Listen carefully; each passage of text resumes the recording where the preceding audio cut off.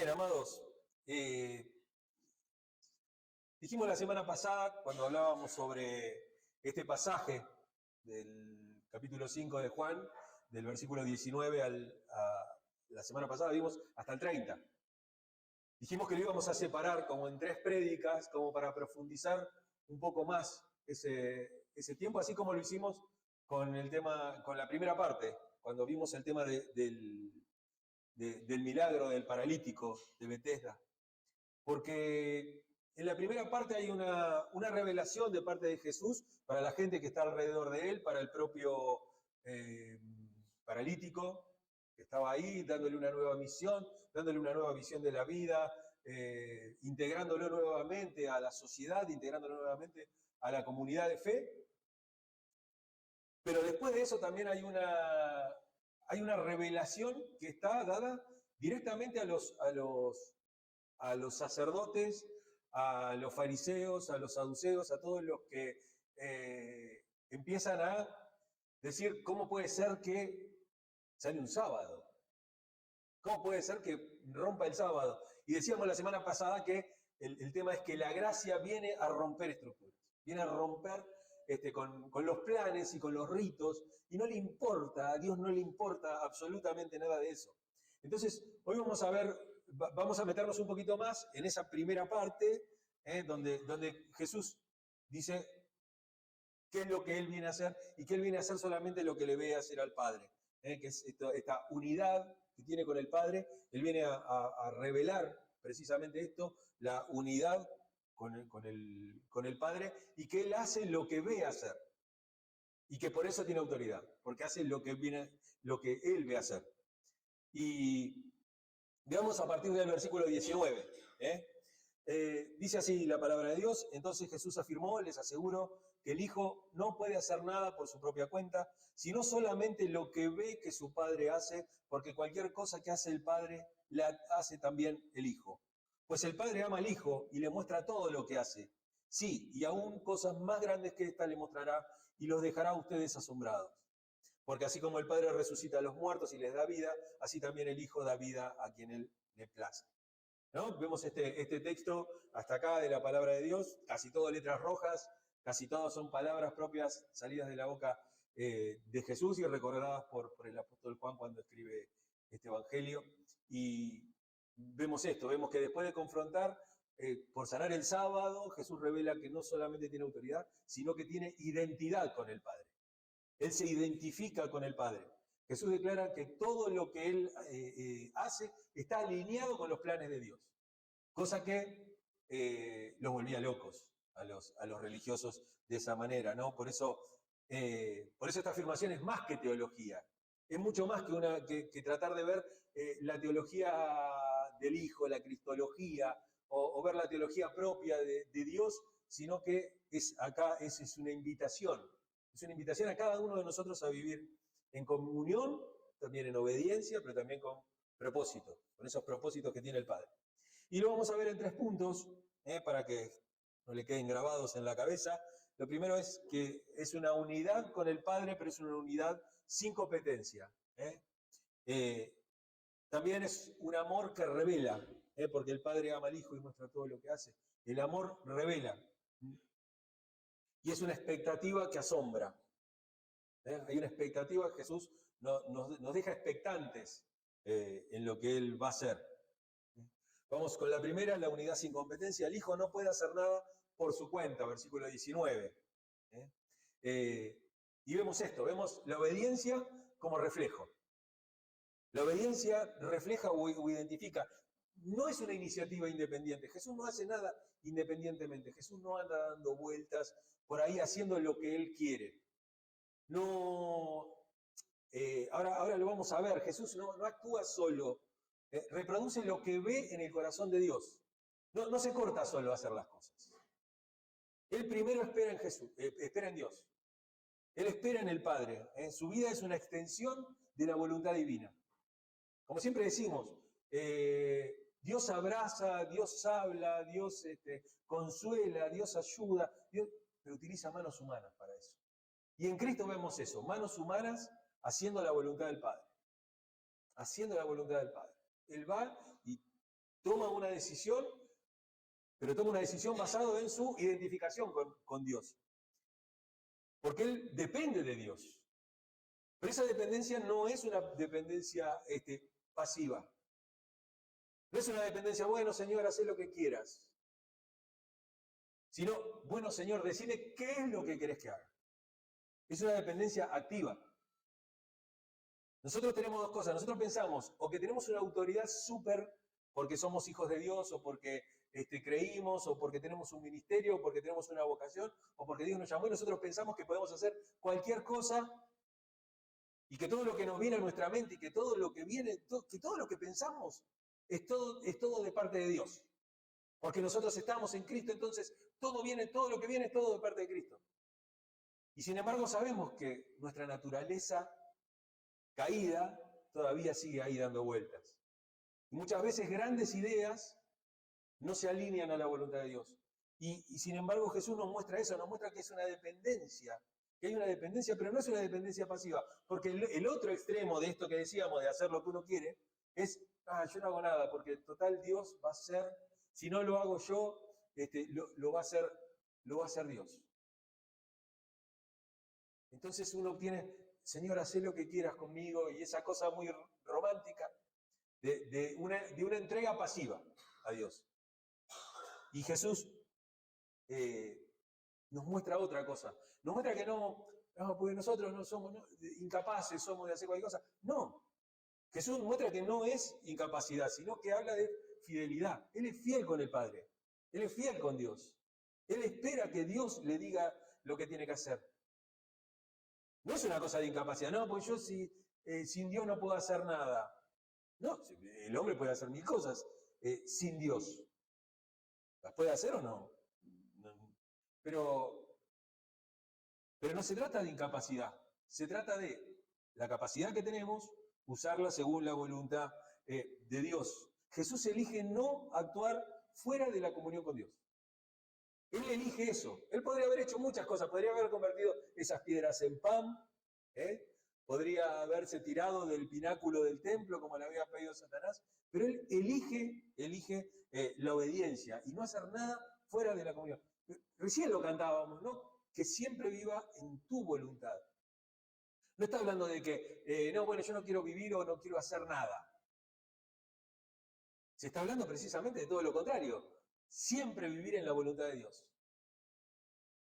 Y Jesús también lo que hace con esto nos muestra el modelo del discipulado. Del discipulado que, como siempre decimos, está tan mal aplicado. Porque se nos ha traído un evangelio tan de Norteamérica. El evangelio o la forma, uno ve hasta las empresas que allá funcionan, acá no funcionarían nunca. Porque vieron que tienen esa cosa de, bueno, tenemos estos 10 puntos, vamos a retiros de empresarios para buscar las ideas, hacemos lluvia de ideas, todo ese tipo de cosas. Acá no funciona eso. Acá no funcionaría, porque cada uno piensa, pero como que piensa para sí, que tiene una... Y allá tenemos, qué sé yo, vieron el libro Una vida con propósito, son 5 puntos, nada más, y todo desde Henry Ford para este lado, todo está como estandarizado. Son 5 puntos para hacer tal cosa. Y el discipulado es lo mismo. El discipulado es, bueno, primero me entrego, primero veo esto, después veo aquello, y después empiezo a hacer esto, y tercero, y cuarto, y quinto. Y acá somos, viste, de que arrancamos por el paso 6, después vemos cómo metemos el 2 en el medio, y después como el único, y como que cada uno tiene su forma de hacerlo. ¿Viste? Es así, cada maestrito con su librito. De hecho, qué sé yo, hay miles de formas de arreglar el motor de un auto, ¿viste? Cada uno lo desarma, lo arma de una manera diferente, y funcionan. Y hay cosas que funcionan haciéndolo de distintas maneras. Cada uno, y se nos trajo eso, se nos trajo ese modelo de discipulado, que es un modelo de discipulado de librito, de cumplir con el horario tal día, tal hora, y sentarme ahí a escuchar y llenar la palabrita. Cuando nosotros somos muchísimo más cerebrales que eso. A nosotros no nos gusta que nos digan qué tenemos que poner ahí en la línea esa. A nosotros nos gusta pensar. Y de hecho pasa eso. Yo últimamente me estoy dando cuenta de eso, que eso va más allá de la iglesia. Cuando vos invitás a la gente a pensar y cuando los desafías a pensar en otra cosa, la gente se empieza a abrir. El viernes tuve una reunión de la mesa política de Cañuelas, ¿no?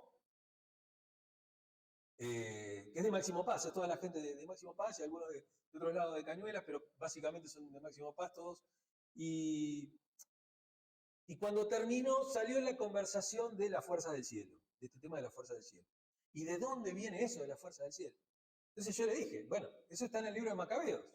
El primer libro de Macabeo, capítulo 3, versículo 19, habla: nosotros no peleamos o no vamos a vencer con las fuerzas de acá, sino que nuestra fuerza viene del cielo o tiene un armado. No es, la frase exacta no tiene que ver con la fuerza del cielo. No hay una frase exacta en el libro de los Macabeos.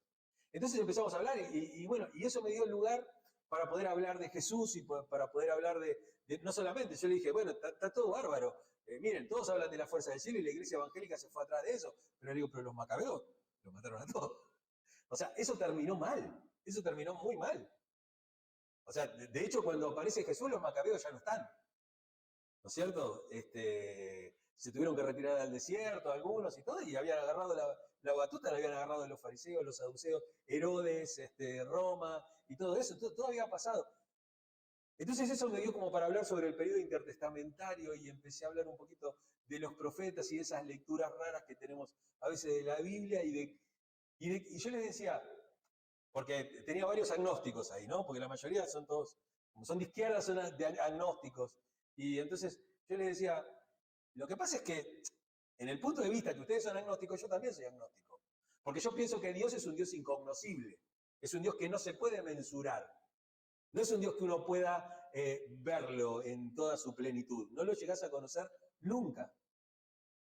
Y tampoco Dios te pide el tema de... Nosotros tenemos un evangelio de conversión, ¿no es cierto? Hablamos de la conversión, cosa que no está en la Biblia, ¿no? Del tema de la conversión. La vemos como un paso único y no vemos los procesos. O sea, hemos sacado del evangelio el proceso. Y hemos sacado precisamente el discipulado que Dios nos pide, que es el parecernos a Jesús. Como sacamos a Jesús de los evangelios y pusimos el Jesús de Pablo, y como no vivimos la iglesia de Jesús, sino que vivimos la iglesia de Pablo y la iglesia de los padres de la iglesia y la iglesia de la iglesia romana y la iglesia luterana y la iglesia... Siempre vivimos la iglesia institución. Nunca vivimos la iglesia de Jesús. Que es la iglesia del cara a cara. Que es la iglesia activa, de una fe activa, de un compromiso con el Señor. Y que se nos llama a imitar lo que vemos en Dios. Y lo que vemos en Dios lo vemos en Jesús. Jesús es el modelo. Ese es el modelo. No hay otro modelo. Si el Hijo se limita por amor, si Jesús se limita por amor, por obediencia, nosotros también tenemos que vivir desde lo que vemos en la palabra y recuperar nuevamente la visión de los evangelios. Hace, no sé, creo que mucho más de un año, creo que 2 años ya, debe ser que estoy predicando evangelio. Evangelio. Y en eso muchas veces las iglesias confesionales o las iglesias más tradicionales, en eso están mucho mejor que nosotros, ¿eh? Porque vieron que la iglesia evangélica, el pastor predica lo que se le canta. Ese día se levantó, dijo, bueno, vamos a predicar sobre, no sé, 1 Corintios no sé cuánto, la semana que viene 1 Pedro, y la semana que viene Apocalipsis, y después predicó Éxodo. ¿Viste? Una ensalada que nadie sabe. En cambio, Iglesia Católica, Iglesia Luterana, Iglesia Presbiteriana y todo tienen sus lecturas. Que cada domingo se predica lo mismo en todas las iglesias. Ay, bueno, pero no le dan lugar al espíritu. Dale. No le dan lugar a la vagancia en todo caso. Porque si vos tenés el espíritu, esa palabra que te toca ese fin de semana, pero uno se da cuenta hasta cuando te invitan a predicar en otra iglesia. Qué tipo de ¿Cuán vago puede llegar a ser el pastor de la iglesia? Porque te invitan a predicar, bueno, ¿qué tengo que predicar? ¿Qué querés que predique? Lo que te dé Dios. Lo que te dé Dios, ¿viste?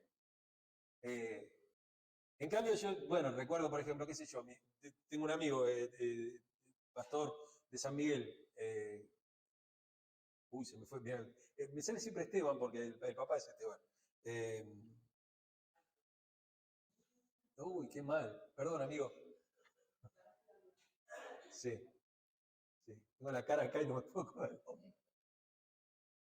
Conte es el apellido. Pero de la iglesia de Muñiz. Y, che, tal fecha, ¿podés venir a predicar? Sí. Tenés que predicar tal pasaje, porque estamos viendo eso. Y bueno, predicás de una manera distinta, a lo mejor, otros puntos de vista, otros enfoques. Gabriel Cont, perdón, Gabriel. Y te dice que tenés que predicar, ¿viste? Pero vos vas a la iglesia y te dicen, no, lo que como, es como el que viene a cantar, ¿viste? No viene ni preparado en esas iglesias donde íbamos.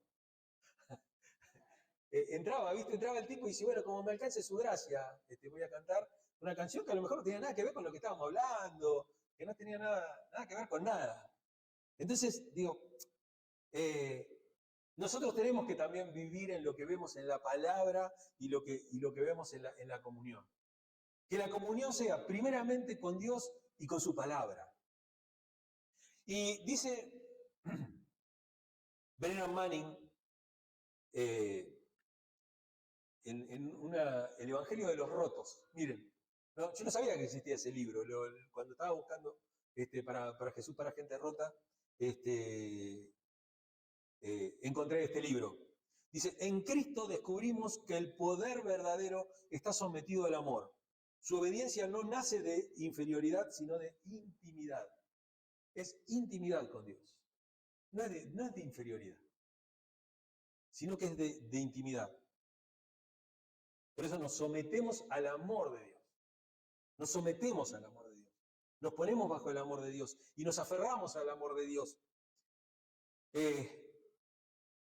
Porque eso es lo que descubrimos en Cristo. Y eso es lo que, hablando del amor, el amor revela. El amor se revela. Porque el Padre ama al Hijo y le muestra todo lo que hace. Encubriré lo que voy a hacer a mi siervo Abraham. No es una idea de Jesús. No es una idea de Jesús que se le ocurrió a Jesús en ese momento y la dejó plasmada ahí en el Evangelio. Es una idea que aparece en Génesis, que aparece con Abraham, que aparece cuando Dios va a destruir Sodoma y Gomorra. Habla ahí en un lenguaje medio intertrinitario con los ángeles. Ahí en ese, recordemos que en Génesis es un Dios más parecido a los dioses antiguos de Sumeria, de Babilonia y todo eso. Ahí está esa idea, ¿no? Todavía ahí, pero él dice, encubriré de mi siervo Abraham lo que voy a hacer. No solamente eso, sino que después Abraham opina. Opina y dice, bueno, pero si hubiera 50, ¿se acuerdan esa negociación que hace Abraham con Dios? Que Dios te la deja hacer, porque Dios te deja hacer esas cosas, esas negociaciones tuyas. No es que no las puedes hacer. Lo que pasa es que finalmente vas a terminar dándote cuenta que lo que Dios te dice es así, es auténtico. Pero si hubiera uno, dale, Abraham, ya está. Lo que voy a hacer, lo voy a hacer, punto, ya está. Porque ya, viste, ya era uno, y si hay medio, viste, y si había un perro que se portaba bien por ahí por la calle de Sodoma y Gomorra, ya está. Te das cuenta que no hay tantos. Salvemos a tu sobrino y ya está. Y hagamos lo que tenemos que hacer. Entonces, vemos ahí en ese versículo 20 que dice, porque el Padre ama al Hijo y le muestra todo lo que hace. ¿Por qué? Porque el amor del Padre es una fuente de revelación. No es jerarquía, no está hablando de jerarquía, está hablando de amor, está hablando de afecto. El Padre y el Hijo, en el Padre y el Hijo no hay jerarquías, hay amor, hay afecto en el medio, solamente. El Padre ama al Hijo y el Hijo ama al Padre. Punto. No está diciendo, estoy en un nivel más abajo. Está diciendo, nos amamos de esa manera. Por eso Dios comparte porque ama. Dios comparte porque ama. Por eso no oculta de nosotros la gracia. Porque precisamente la gracia no es secreta. No hay algo secreto, no hay secretismo. No hay esas cosas. ¿Vieron que y lo que pasa es que yo no te puedo contar porque es algo muy especial esto. ¿Por qué no me podrías contar? ¿Por qué no podés contar? Claro, no podés contar porque no podés justificar cómo 100.000 pesos se transformaron en 100.000 dólares. O sea, tenés al arca atrás y no precisamente la de Noé ni la del pacto. Tenés a la otra arca, ¿viste? Encima. No podés justificar, ahora ya no sabemos cuántos son, si eran 95.000 dólares, ahora parece que eran 9.500 solamente. Nadie sabe cuánta plata había. O sea, se le va a venir complicada la cosa, ¿eh? Que les dure mucho la alianza con el gobierno porque se les va a complicar, y se les va a complicar a muchas iglesias evangélicas, ¿no? A pesar de que ahora nos dieron, no sé qué festejan tanto, de que podemos llevar los libros a rubricar ahora sin necesidad de convertirnos en una sociedad, en una entidad sin fines de lucro y todo eso, sin tener personería jurídica, ahora no hace falta. Vos como iglesia solamente te constituís como iglesia y llevás los libros a rubricar y todo y no tenés problema. No sé cuál es la diferencia, nosotros lo hacemos. Pero bueno, están todos felices con eso. Pero digo, las cosas tienen en secreto, en serio. Si acá estamos hablando de revelación, porque la gracia no es secreta, es relacional. Habla nuevamente de la relación, habla de una relación de amor. Si yo amo al Padre, el Padre me ama y el Padre me revela, se revela a nosotros. Jesús nos muestra eso, nos muestra cómo acceder al corazón del Padre. Y lo hace solamente por amor. No está en la relación, no en el mérito. Nuestros hijos no son nuestros hijos porque se portan bien. Son nuestros hijos por la relación que tenemos con ellos. Imagínense si fuera por lo otro. No tendríamos hijos, ninguno. No seríamos hijos. O sea, no es por eso, no es por mérito. Pero como vivimos en un mundo donde todo es mérito, que son méritos mentirosos, méritos, o sea, ¿viste? Porque todos piensan, ay, no, porque Elon Musk, no sé cómo, corno se pronuncia, el tipo, no sabés, de la nada hizo todo. Y sí, si mi papá tiene una mina de diamantes. No, pero él se peleó con el padre. Sí, todos se pelean con el padre. Y Donald Trump también se peleaba con el padre y después terminó heredando todo lo demás. ¿No? Esa cosa de la meritocracia. Dolina siempre cuenta esta historia, dice. Ustedes saben, Rockefeller dice, un día salió de la casa y juntó unos diarios que tenía, los vendió por $1. Y después al otro día vendió otras cosas que tenía ahí en la casa y con eso hizo $10. Y así estuvo como varios días juntando cosas que tenía, haciendo un trabajo y le pagaban esos $50. Y después se murió el padre y heredó $200 millones. ¿Se entiende? No hay mérito. La herencia es algo muy que uno lo debería rever todo. ¿Hasta qué punto uno puede heredar algo? ¿No es cierto? Porque si vas heredando todo, va a quedar 3 familias en el planeta. Y no es así. No es así. Bueno, para eso existía el jubileo. Pero bueno, eso es harina de otro costal. Pero hablo de esto, hablo de que no hay secretos, hablo de que todo es relacional, no es por mérito. No es por mérito, es por relación. Todo lo que el Hijo hace es fruto del amor revelado. Todo lo que el Hijo hace es fruto del amor que se tienen con el Padre, la misión de Jesús, los milagros de Jesús, la enseñanza, todo fluye de lo que el Padre le comunica con amor. Por eso necesitamos recuperar esa relación con Dios. Necesitamos recuperar nuestra relación de padre y de hijo y de volver a conectarnos con el corazón de Dios. con la intención de Dios, con lo que Dios quiere para nuestra vida, para que tengamos realmente, si tenemos un dogma, sea un dogma, como dice Juan Luis II, uno de los padres de la teología de la liberación, dice, hay dogmas que liberan. Hay dogmas, hay creencias, hay puntos en que nos ponemos de acuerdo en la teología que liberan y hay otros que oprimen. Hay que sacar lo que oprimía. Y el otro día, el viernes precisamente en la mesa, conté la historia del hijo pródigo, o del padre pródigo, como lo digo yo. Y le conté esa historia. Y les conté, digo, y al final ninguno de los dos hijos conocía el corazón del Padre. Miren, no hicieron la oración de fe porque yo no soy de eso, la oración de fe. Pero no dijeron, che, hagamos torta frita, nos quedamos acá hasta coso, hablando de teología. Hablando de teología. Es más, después me mandó un mensaje uno, un agnóstico. Me dice, mira, yo soy agnóstico y anti, no me acuerdo cómo me dijo, anti-religión. Sí, anti-religión de todo, ¿viste? Él no cree en nada, dice, pero me interesó mucho lo que me dijiste, ¿dónde lo puedo leer?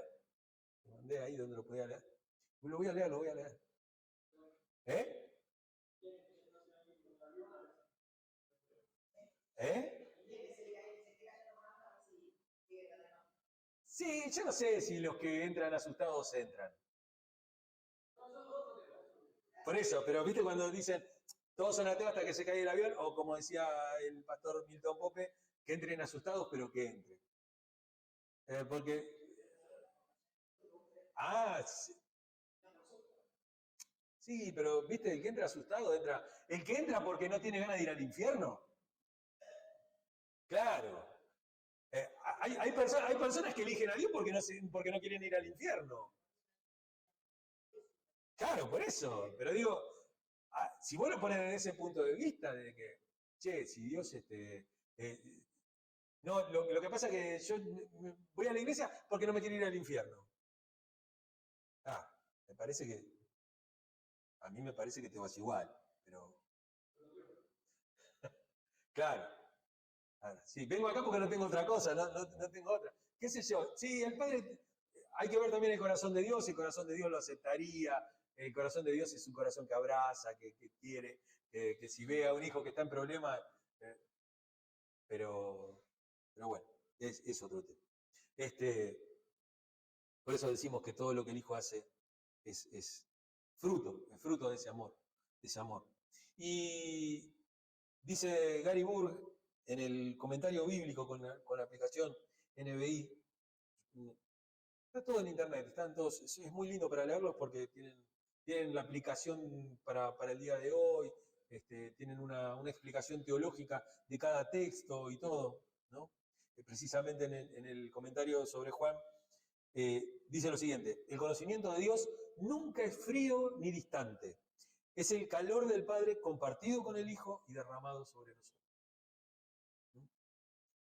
No, el conocimiento de Dios no es un conocimiento meramente cerebral.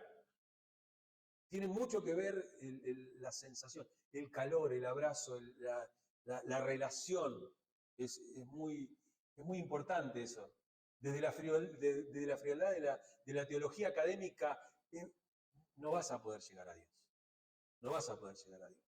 A lo mejor vas a poder hablar de Dios, pero no vas a poder sentir esto que dice acá, ¿no? El calor del Padre compartido con el Hijo y derramado sobre nosotros.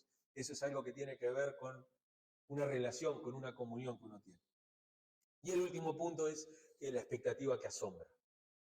Jesús acá en este texto nos da un desafío y nos desafía a que va a pasar algo delante nuestro, a que en el futuro va a pasar algo que nos va a asombrar. Dice él en el versículo 20 al final y el 21, dice, y le mostrará obras aún mayores. Recuerden que acá estamos antes de la crucifixión, así que una de las obras mayores es la muerte y resurrección de Jesucristo, ¿no? Y obviamente después la ascensión, la venida del Espíritu Santo, y todas las cosas que nos muestra y todas las cosas que nos siguen mostrando hasta hoy en día. Porque hay algo, como decía yo, de este Dios incognoscible, este Dios que en algún punto, digo, pienso como los agnósticos, que la mente del hombre es imposible que pueda conocer a Dios, Dios siempre tiene algo más que revelar. Uno piensa a veces en los textos esos de Pablo, ahí en la carta a los Corintios, entonces le veremos cara a cara y seremos conocidos y conoceremos como fuimos conocidos.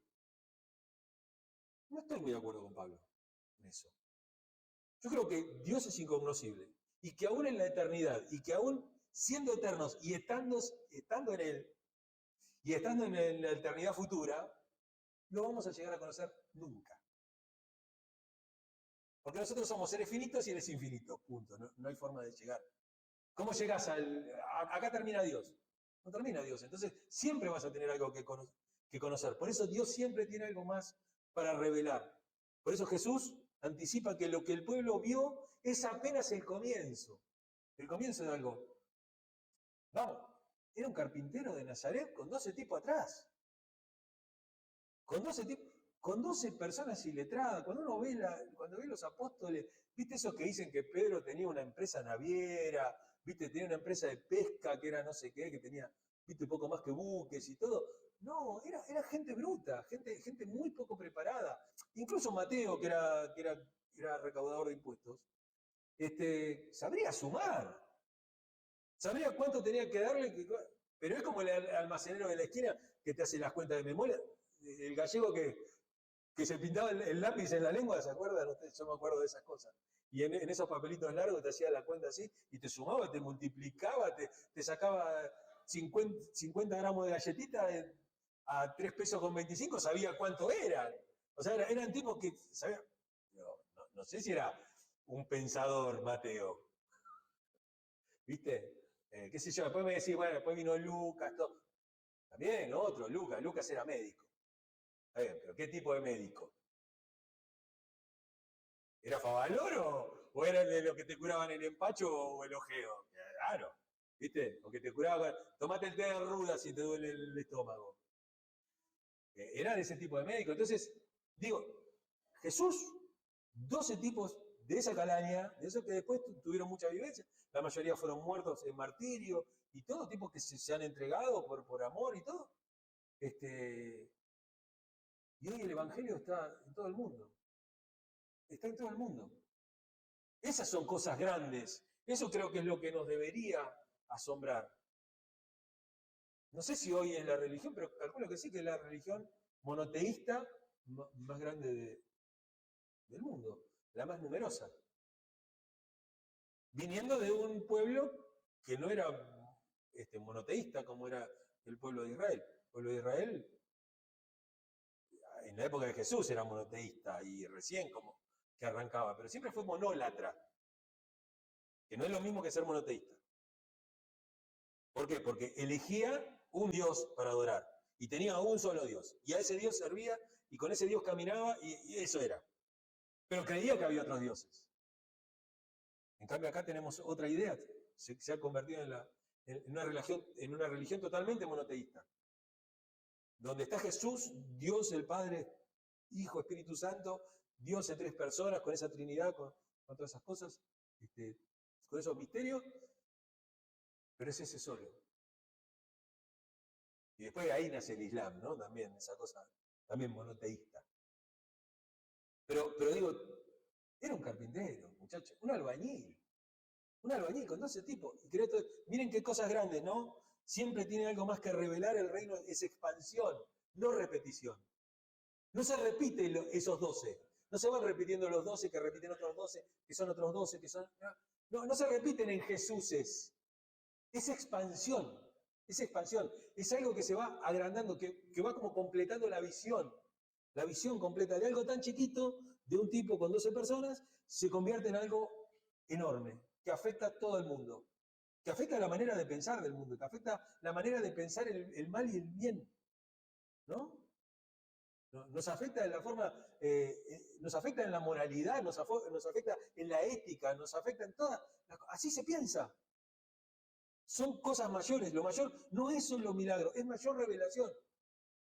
Porque parece que, y tampoco es esta cosa, no, porque el Señor me dijo, porque enseguida el Señor me dijo, dice el Señor me dijo y yo me voy. No tengo punto medio en eso, ¿viste? El Señor me reveló, el Señor me dijo, en sueño. Ahora hay una noticia de que se está repitiendo y replicando y viralizando, de que no sé cuántos miles de musulmanes se están convirtiendo porque Jesús les habla en sueños. Hice lo más fácil que se puede hacer. Hoy tenemos Google, tenemos inteligencia artificial, tenemos eso. ¿Cuáles son las fuentes de la noticia? No hay fuentes verificables, no hay nada. Solamente todo nace de un solo posteo de Instagram. Y todos lo ponen, ¿viste? Como que parece que mañana no va a haber más musulmanes, son todos cristianos. Pero no hay nada verificable. O sea, me dicen a veces, sí, no, porque no sabés, allá Dios está resucitando muertos. Nadie tiene una cámara, loco, para... Todos tenemos celulares para sacarnos fotos así, ¿viste? Salen todo el Ministerio de Danzas. Para eso todo hay fotos, todo hay pruebas de todo eso. Cuando Dios hace los milagros no hay prueba de nada. Digo, no, siempre falta. Es como el monstruo del Comunesi, ¿no? Como el monstruo del lago Ness. Todas las fotos que tenemos son fotos sacadas con la peor cámara, la más horrible de todas. Y bueno, siempre es así. Nadie saca una foto de pie grande como corresponde. Loco, tenemos celulares que sacan a la luna, sacamos los pozos de la luna con los celulares de hoy y no podés sacar una foto a un bicho a 20 metros tuyo. ¿Viste? Y pasa así con los milagros. Se viralizan, pero después nos damos cuenta que no hay fuentes confiables. Y no digo que no haya milagros, pero digo, esto de lo mayor, de lo que Jesús va a revelar, es eso, es revelación, es revelación. Las obras que vienen van a mostrar más profundidad del corazón de Dios, de cómo es el corazón de Dios, y el poder de Dios. Resurrección, juicio, gracia radical, ¿no es cierto? Dios es radical en la gracia. Dios es un Dios que da manos llenas. Dios es un Dios que perdona y perdona cualquier cosa. Y Dios es un Dios que se acerca y no le importa y no te mide por mérito. Esas cosas son mayores. Y ese es el Dios que muchos esconden. Ese es el Dios misterioso. Ese es el Dios que se esconde. Ese es el Dios que la iglesia esconde. También. Porque es escandaloso. Es un Dios escandaloso. Es un Dios que escandaliza. ¿Cómo va a perdonar a esa persona? ¿Cómo? ¿Cómo se va a sentar en el pozo con esa mujer? ¿Cómo va a comer con las prostitutas? ¿Cómo va a comer con los cobradores de impuestos? ¿Cómo va a comer con los pecadores? ¿Cómo se va a sentar en la esquina, ahí en ese lugar? ¿Cómo va a hacer eso? Ese no es Dios. ¿Cómo Dios va a traer a Mefiboset a sentarse un tipo rengo que estaba lisiado de los dos pies? ¿Cómo se va a sentar en la mesa del rey? Todos estamos lisiados por una caída, ¿no?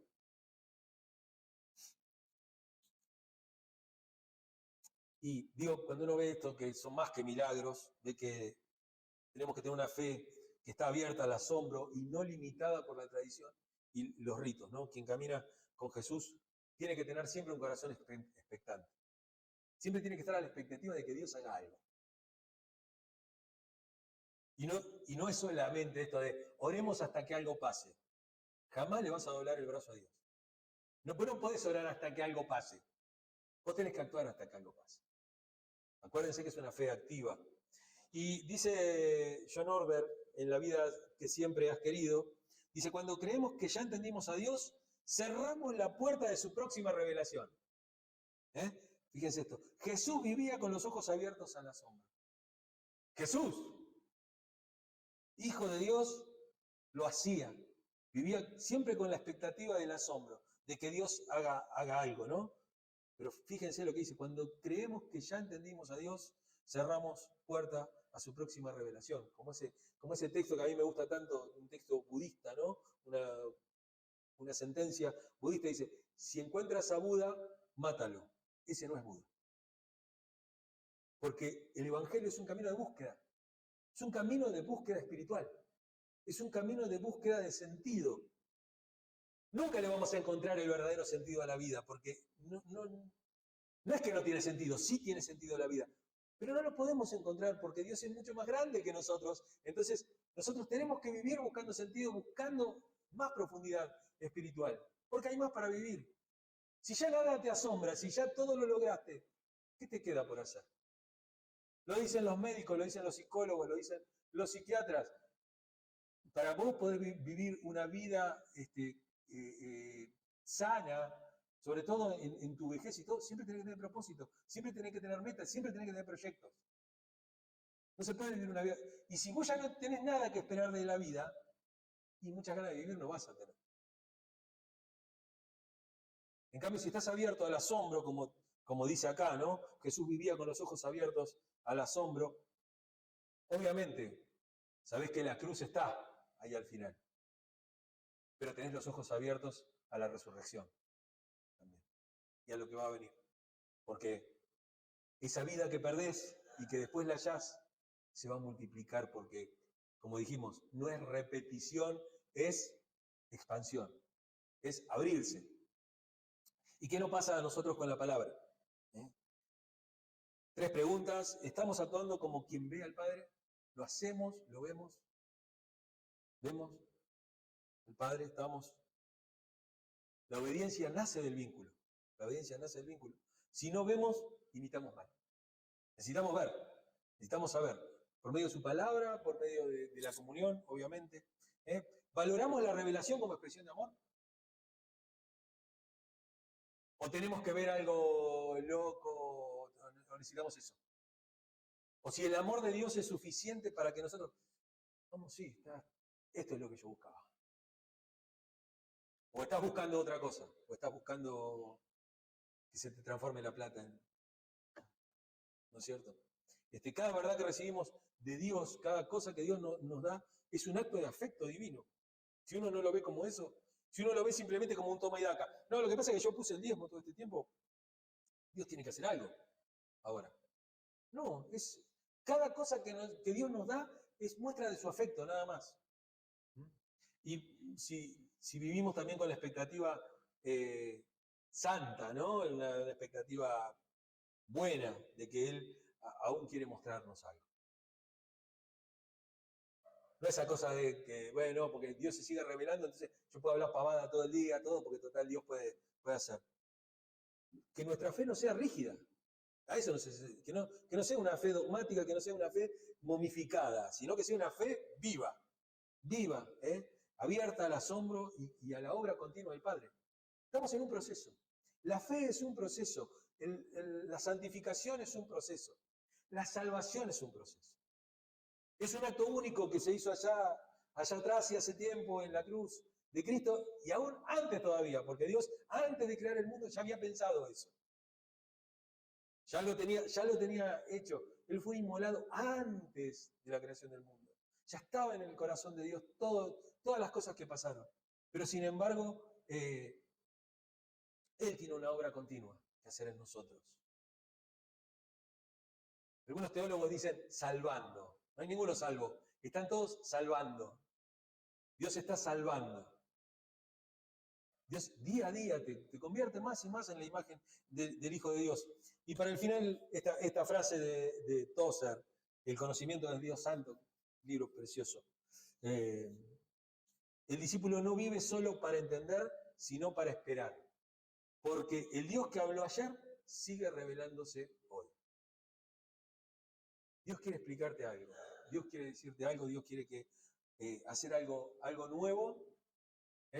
Como dice Jesús, Dios, el reino de Dios, es como un padre que de un viejo arcón saca cosas nuevas y viejas, ¿no? Son cosas nuevas y viejas. Hay que volver al Evangelio y volver a extraerlo y a ver qué pasa hoy. A ver.